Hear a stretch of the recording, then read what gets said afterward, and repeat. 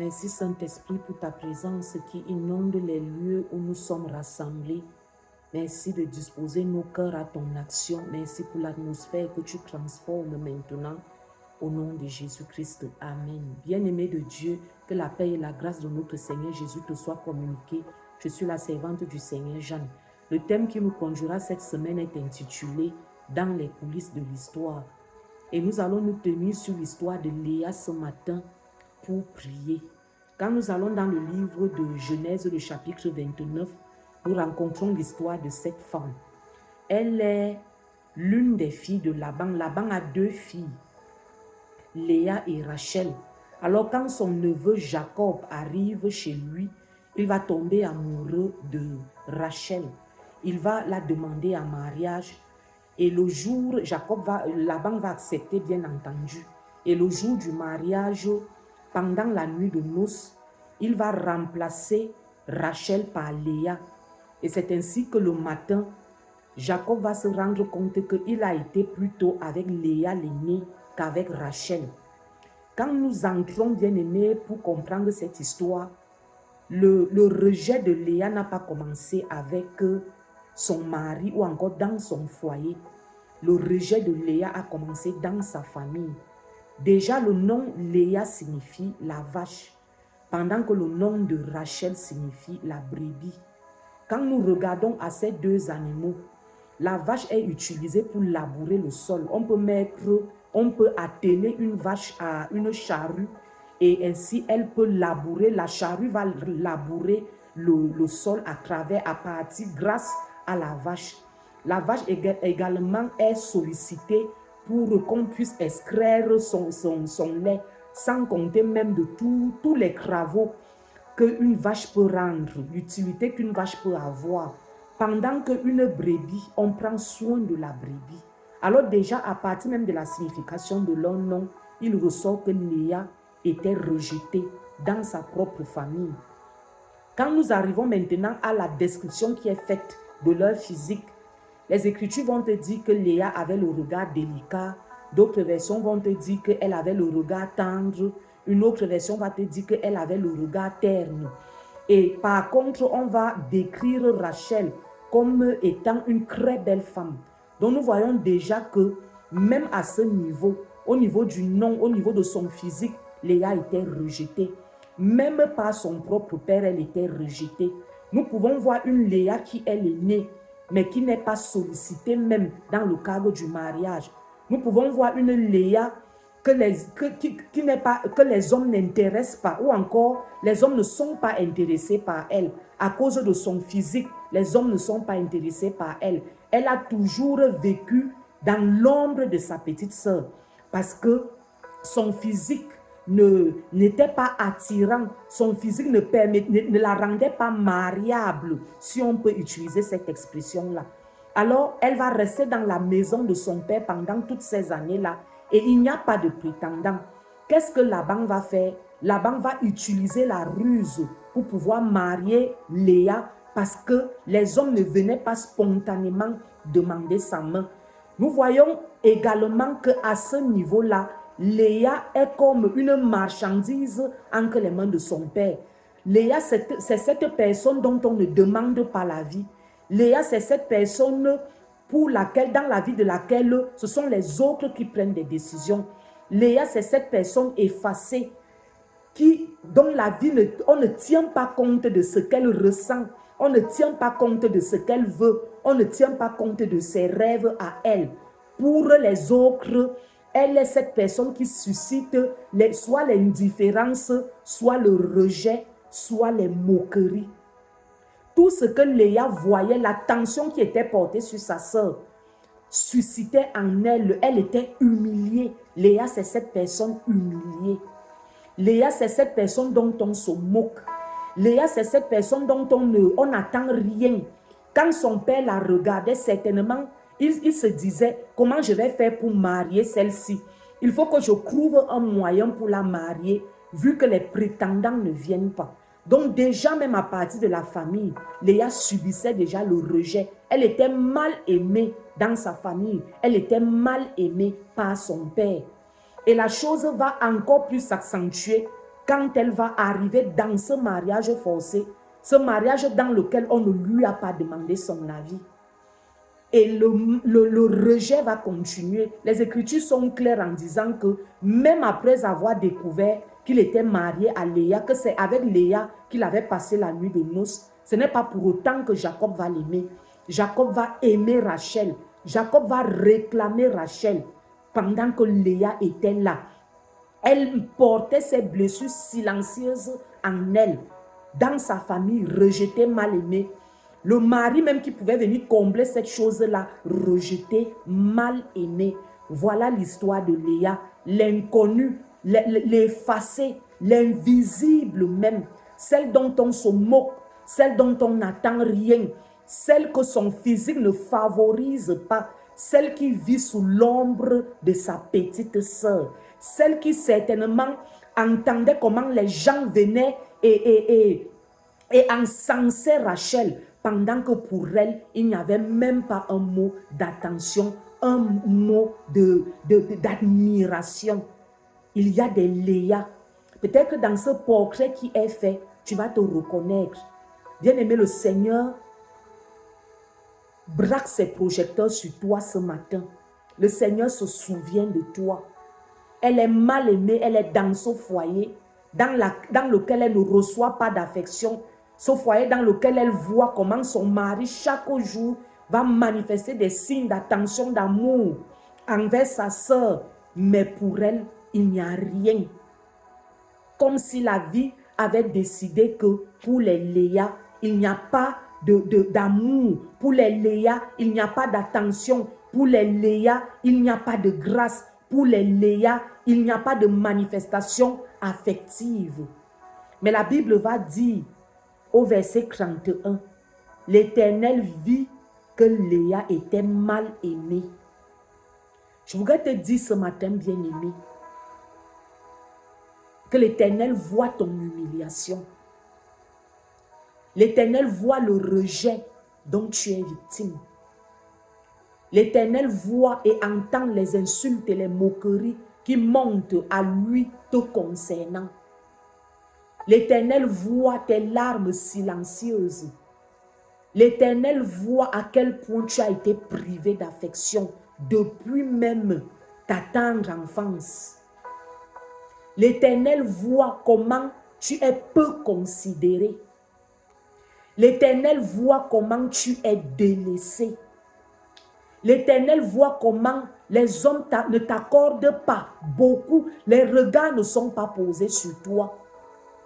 L'Éternel voit combien de fois tu manques même de mots affectifs. Il n'y a pas d'expression affective te concernant. L'Éternel voit tout cela. Ne pense pas que Dieu t'a oublié. Ne pense pas que Dieu ne connaît pas ta souffrance. Ne pense pas que Dieu ne voit pas ta solitude. Ne pense pas que parce que tu n'exprimes pas cette chose, Dieu ne voit pas. Ne pense pas que Dieu ne voit pas combien de fois les gens sont venus vers toi et après ont détourné le regard. Ne pense pas que Dieu ne voit pas cette enveloppe qui colle à toi comme une mauvaise odeur qui éloigne les gens. Ne pense pas que Dieu ne voit pas.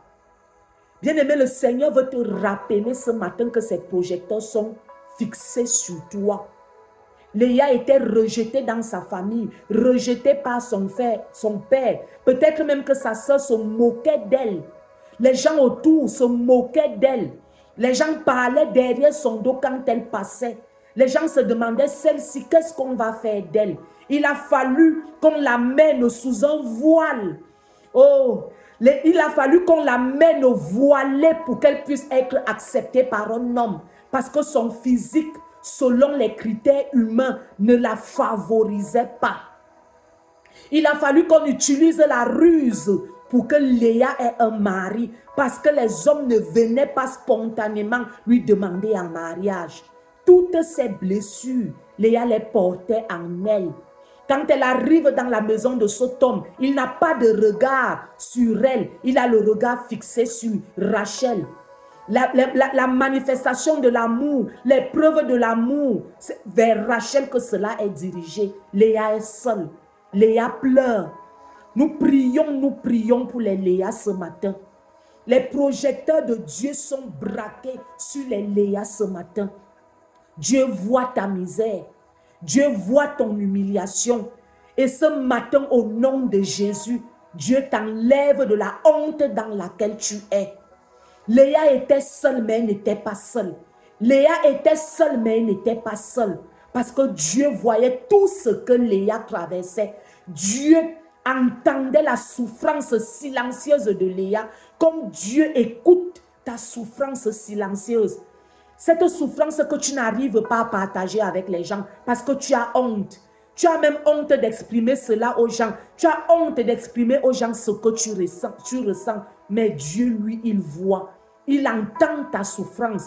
Toi, la délaissée. Toi, la rejetée. Toi, dont on se moque. Toi qui ne connais pas l'affection. Toi qui ne connais pas l'amour. Toi qui ne connais pas, qui ne reçois pas les preuves d'amour. Comme si tu es né pour en être privé. Dieu dit ce matin qu'il devienne ton époux. L'Éternel dit qu'il devienne ton premier époux. Là où tu étais rejeté, Dieu t'accueille. Il a braqué ses projecteurs sur Léa. Il a commencé à donner les enfants à Léa là où Rachel n'avait pas. Il a commencé à donner de la valeur à Léa là où elle n'en avait pas. Les hommes ne lui avaient pas donné de la valeur. Ses parents ne lui avaient pas donné de la valeur. Son époux ne lui avait pas donné de la valeur. Son environnement même ne lui avait pas donné de la valeur. Et là où on ne lui avait pas donné de la valeur, Dieu l'a revêtu de faveur. Dieu te revêt de faveur ce matin au nom puissant du Seigneur Jésus. Là où tu n'avais pas de couronne, je vois comment l'Éternel est en train de poser une couronne sur ta tête. La couronne de la faveur. Dieu te favorise à partir d'aujourd'hui au nom de Jésus. Dieu pose, l'Éternel pose une couronne sur ta tête. Jésus pose une couronne sur ta tête. Là où tu n'avais pas de couronne de distinction, là où tu n'avais pas de couronne de grâce, Dieu multiplie, l'Éternel multiplie sa grâce dans ta vie au nom puissant du Seigneur Jésus. Léa l'a délaissé, Léa l'a mal aimé, Léa l'a rejeté, est devenue la mère des rois. Oui, est-ce que tu sais, bien-aimé, que c'est de Léa qu'est né Judas, Judas qui est l'ancêtre de David. Est-ce que tu savais, bien-aimé, que de Léa est né Judas qui est l'ancêtre du Messie. Léa l'a mal aimé à porter les rois. Léa l'a mal aimé à porter dans ses reins le Messie. Celui qui devait venir sauver l'humanité. Léa l'a porté dans ses reins. Quand on parle de la généalogie du Seigneur Jésus, Léa l'a mal aimé. Léa l'oublié. Elle est citée. Je déclare au nom de Jésus que Dieu t'établit dans la faveur. Je déclare au nom de Jésus que les rois sortent de toi. Oui, est-ce que tu savais, bien-aimé, que c'est de Léa qu'est sorti Lévi, l'ancêtre des sacrificateurs. Léa a porté les hommes de Dieu dans ses reins. Pendant qu'elle était là, oubliée, mal aimée, rejetée, celle sur qui on ne porte pas le regard, Dieu est en train de l'établir comme l'ancêtre des rois, l'ancêtre des sacrificateurs. Dieu fait ancrer une telle faveur dans ta maison ce matin.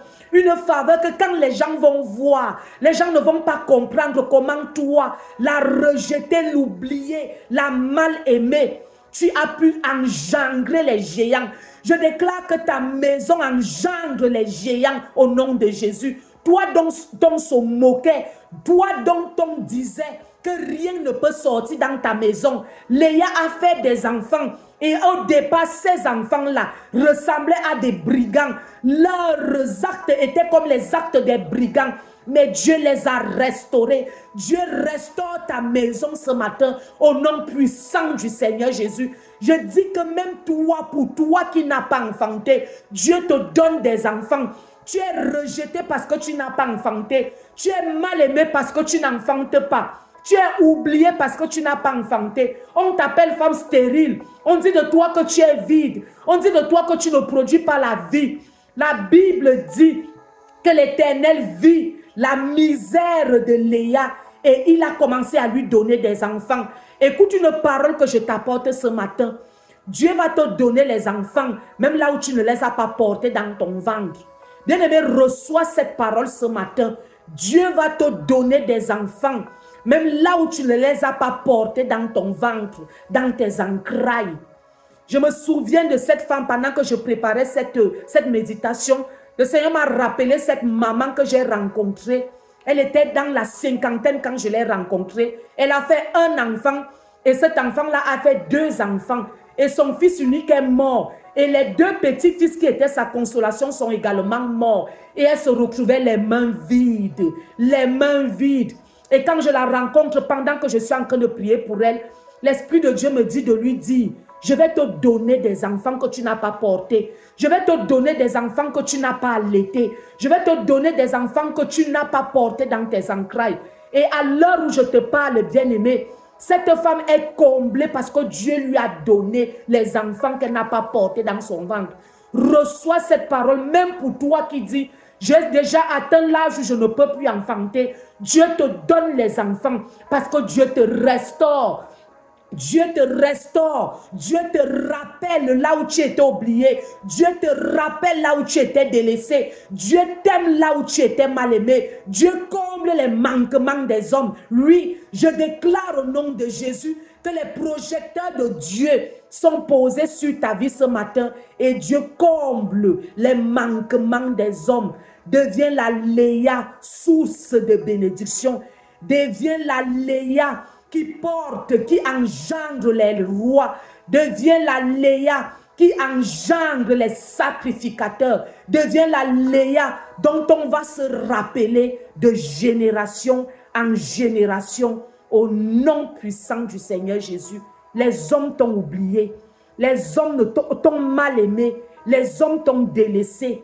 Les hommes n'ont pas tenu compte de toi. Mais ce matin, rappelle-toi de cette parole. L'Éternel a vu ton humiliation. L'Éternel est sorti. L'Éternel te restaure. L'Éternel te remplit. L'Éternel te comble. Au nom puissant du Seigneur Jésus-Christ. Amen. Toi en cette parole, bien-aimé. Toi en cette parole, Dieu met fin à ton humiliation. Dieu met fin à ton humiliation. Dieu met fin à ta misère. Dieu met fin à ton humiliation. Dieu met fin à ta misère. Au nom de Jésus-Christ. Amen. Merci Seigneur.